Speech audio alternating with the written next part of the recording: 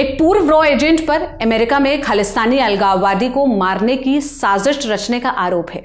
अलगाववादी को भारत सरकार आतंकवादी घोषित कर चुकी है। इस मामले में अमेरिका में केस दर्ज होता है। भारत सरकार को इसकी जानकारी दी जाती है। इस पूरे मामले में अब क्या हुआ बताएंगे, लेकिन पहले बता दें कि जिसे मारने का प्लॉट रचने का आरोप है वो है गुरपतवंत सिंह पन्नू।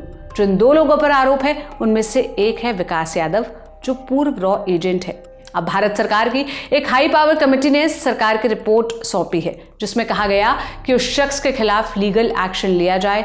कमेटी की जांच में पता चला है कि उसके क्रिमिनल लिंक हैं और पहले भी रहे हैं। गृह मंत्रालय ने इस रिपोर्ट के बारे में जानकारी दी है।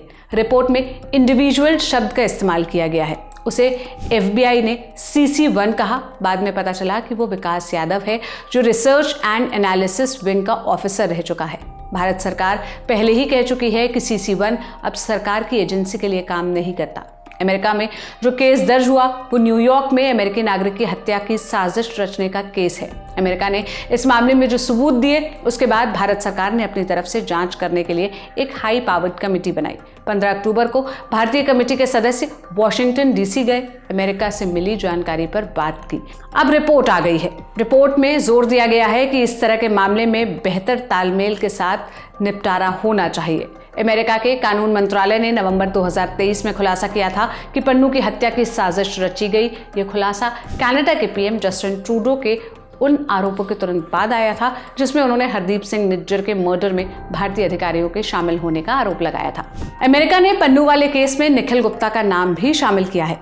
भारतीय निखिल गुप्ता को जून 2023 में प्राग में गिरफ्तार किया गया था। बाद में जून 2024 में प्रत्यर्पण कर अमेरिका लाया गया। विकास यादव पर आरोप है कि इस प्लॉट में उसने निखिल गुप्ता को शामिल किया। दोनों ने मिलकर पन्नू के मर्डर के लिए एक किलर को $1 लाख का कॉन्ट्रैक्ट दिया।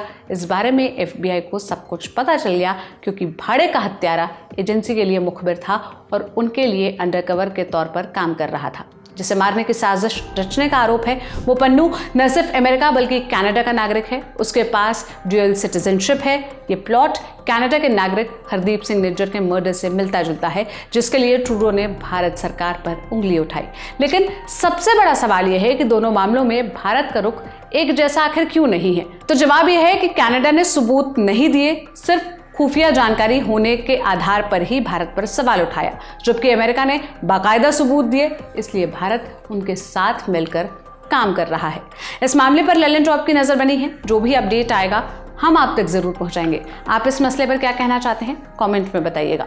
इस वीडियो की स्क्रिप्टिंग मेरे साथी गौरव ताम्रकार ने की थी। मैं सोनल हूं।